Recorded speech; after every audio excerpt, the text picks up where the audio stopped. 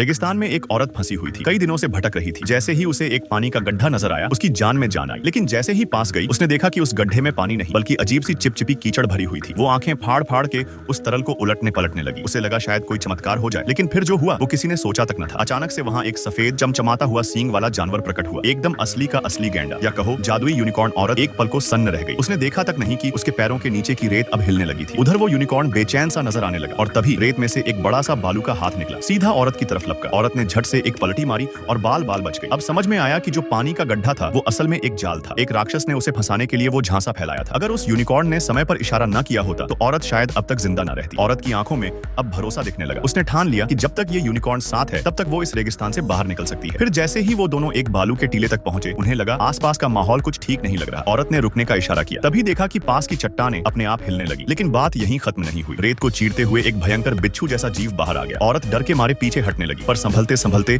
उसका पैर फिसला और वो नीचे गिर गई। वो राक्षस उसे देख के झपट पड़ा, अपने मजबूत पंजों से उसे नोचने की कोशिश करने लगा। तभी यूनिकॉर्न बीच में कूद पड़ा, लेकिन उसकी ताकत उस बिच्छू जैसे राक्षस के सामने कुछ भी नहीं थी। कुछ ही पल में वो जख्मी हो गया। औरत ने ये देखा तो अब खुद को रोके नहीं पाई। अब उसने भी अपने अंदर छुपा हुनर बाहर निकाला और उस राक्षस पर सीधा हमला बोल दिया।